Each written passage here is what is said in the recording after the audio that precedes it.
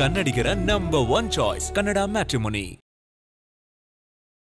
ಸಿದ್ದರಾಮಯ್ಯನವರು ವಿಧಾನಸೌಧಕ್ಕೆ ಕರೆಸಿ ಮಾತಾಡಿ ಆದಮೇಲೆ, ಗೌರವಿಸಿ ಆದಮೇಲೆ ಅವರನ್ನು ದಸರಾ ಉನ್ನತ ಸಮಿತಿ, ಸಿದ್ದರಾಮಯ್ಯನವರ ಮುಖ್ಯಮಂತ್ರಿಗಳ ಅಧ್ಯಕ್ಷತೆಯಲ್ಲಿರ್ತಕ್ಕಂಥ ದಸರಾ ಉನ್ನತ ಸಮಿತಿ ಅವರನ್ನು ದಸರಾ ಉದ್ಘಾಟನೆಗೆ ಬರಬೇಕು ಅಂತಂಥೇಳಿ ಆಹ್ವಾನ ಮಾಡಿದ್ದೆ. ಅವ್ರನ್ನ ನಿಗದಿಯೂ ಕೂಡ ಆಗಿದೆ, ಅವರೇ ದಸರಾ ಉದ್ಘಾಟನೆ ಮಾಡ್ತಾರೆ ಅಂತಂತ.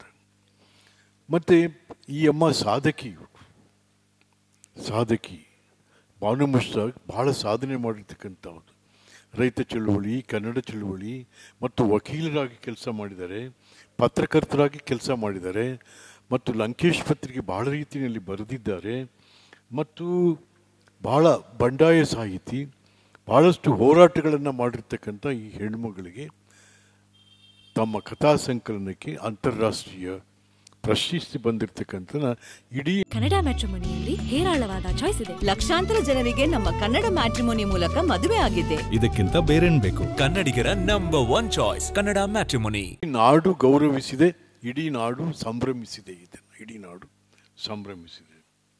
ಆದರೆ ಕೆಲವರು ಯಾತಕ್ಕೆ ಇವ್ರನ್ನ ಉದ್ಘಾಟನೆಗೆ ಯಾಕೆ ಕರೆದ್ರು ದಸರಾಗೆ ಅಂತಕ್ಕಂಥ ವಿರೋಧ ಮಾಡ್ತಾ ಇದ್ದಾರೆ. ನಮಗೂ ಅರ್ಥ ಆಗ್ತಾ ಇಲ್ಲ ಯಾಕೆ ವಿರೋಧ ಮಾಡ್ತಾ ಇದ್ದಾರೆ ಅಂತ.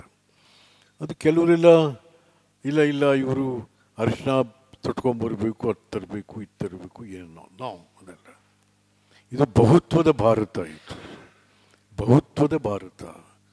ಮತ್ತು ನಾವು ನಮ್ಮ ಸೆಕ್ಯುಲರ್ ಐಡಿಯಾಲಜಿಯನ್ನು ಥ್ರೂ ಕಾನ್ಸ್ಟಿಟ್ಯೂಷನ್ ಒಪ್ಕೊಂಡಿರುವಂಥ ದೇಶ ಆಯಿತು.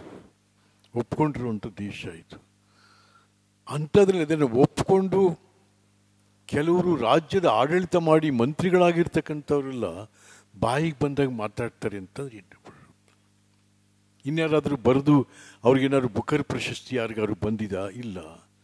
ಬುಕರ್ ಪ್ರಶಸ್ತಿ ಏನಾದ್ರು ಬಂದಿದ್ರೆ ಇವರೊಬ್ಬರಿಗೇ, ಭಾನು ಅವ್ರಿಗೆ. ಇನ್ಯಾರಿಗಾದ್ರೂ ಬಂದಿದೆಯಾ? ನಮ್ಮ ಪ್ರತಾಪ್ ಸಿಂಹ ಬಹಳ ಪ್ರತಾಪಿಯಾಗಿ ಕೂಡ ಭಾಷಣ ಮಾಡ್ತಾರಲ್ಲ. ನಿನ್ನ ಬೆತ್ತಲೆ ಇದಕ್ಕೇನೋ ಬರೀತಿದ್ನಲ್ಲಪ್ಪ ಎಂಥದ್ದು.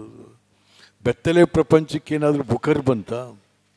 ನೀ ಯಾವುದಾದ್ರು ಬುಕರ್ ಏನಾದ್ರು ಪ್ರಶಸ್ತಿ ಗೆದ್ದಿದ್ಯಾ, ಮಾಡಿದ್ಯಾ?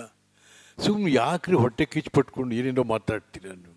ನೋ, ಒಬ್ಬ ಪಾರ್ಲಿಮೆಂಟ್ ಮೆಂಬರ್ ಆಗಿದ್ದಂಥವ್ರು ನೀವು ಒಂದು ಧರ್ಮದ ಮಹಿಳೆ ಬಗ್ಗೆ ರೇಸಿಸಮ್ನ ಜಾಸ್ತಿ ಮಾಡ್ತಾ ಇದ್ದೀರ.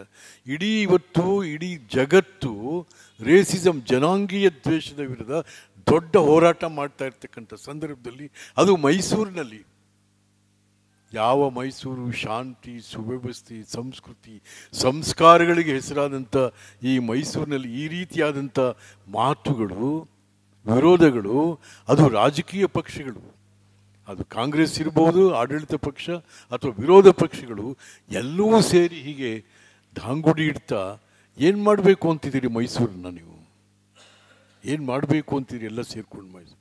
No, this no fair. ಯಾಕೆ? ಕನ್ನಡಿಗರ ನಂಬರ್ 1 ಚಾಯ್ಸ್ ಕನ್ನಡ ಮ್ಯಾಟ್ರಿಮೋನಿ.